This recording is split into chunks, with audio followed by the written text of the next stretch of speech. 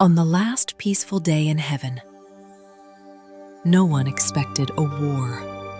The gates stood open. Golden bridges crossed the clouds, joining towers that vanished into light. Angels moved through the celestial city as they always had. And high above them stood Lucifer, brilliant, powerful, and impossible to ignore. When he entered the great halls, heads turned. Lucifer already possessed almost everything heaven could offer. But he was not looking at the city below. He was looking higher, toward the throne. And one question began to grow. Why should someone like him have to kneel? Heaven would remember Lucifer as a traitor, but rebellions rarely begin with someone believing he is the villain. They begin when someone believes he has been denied what he deserves. Lucifer was admired, respected, and already near heaven's highest ranks. But praise can change the person who hears too much of it. The more Lucifer was honored, the less he could tolerate being second. During the great ceremonies, while the angels looked toward the throne, Lucifer watched them kneel. He no longer saw loyalty. He saw submission. He no longer saw order. He saw control. Heaven had not changed. Lucifer had. Lucifer did not need to hate heaven. Not yet. He only needed to believe that any kingdom with a throne above him was unfair. Once he accepted that idea, everything looked different. The golden towers became monuments to another power.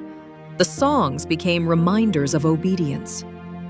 Loyal angels began to look weak. Before Lucifer deceived anyone else, he deceived himself. He renamed obedience as humiliation. He renamed ambition as freedom. And he renamed pride as dignity. Rebellion no longer felt like betrayal. It felt justified. Then Lucifer began to speak, quietly at first. He chose angels who already carried doubts, those who admired him, and those who questioned heaven's order. He did not approach them as a monster. He came as the same radiant figure they had always respected. He spoke of freedom. He spoke of dignity. He promised a new order where no one would bow simply because they had been commanded to. Lucifer never asked them to choose evil. He asked them to choose themselves. Some followed because they believed him. Others wanted to stand near his power.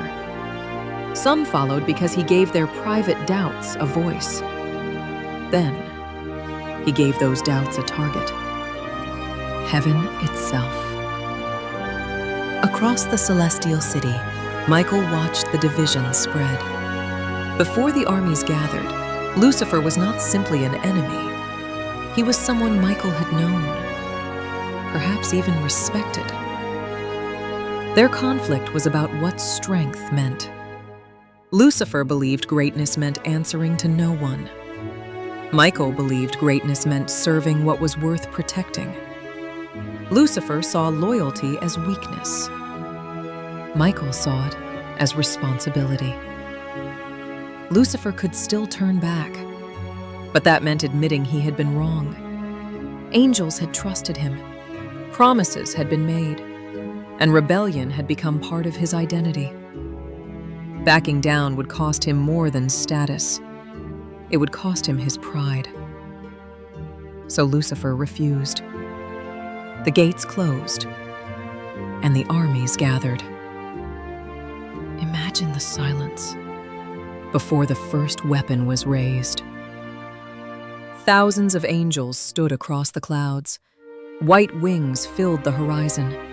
Golden armor reflected the light of a kingdom that had never imagined war. Behind Michael stood the gates of heaven. Behind Lucifer stood everyone who had trusted his promise of freedom. For one final moment, neither side moved. Then a weapon rose, and heaven went to war. The tragedy was not only the destruction of towers, it was that beings who had once stood together could no longer see one another as brothers. Every angel had to choose. Lucifer fought for the future he believed was owed to him. Michael fought to protect a kingdom that could not survive Lucifer's demand to rule it.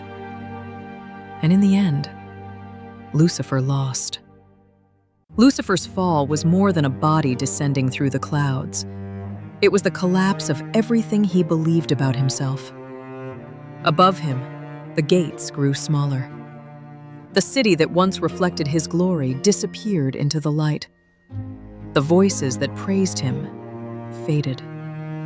Gold broke from his armor as heaven moved beyond reach. And still, Lucifer did not ask to return.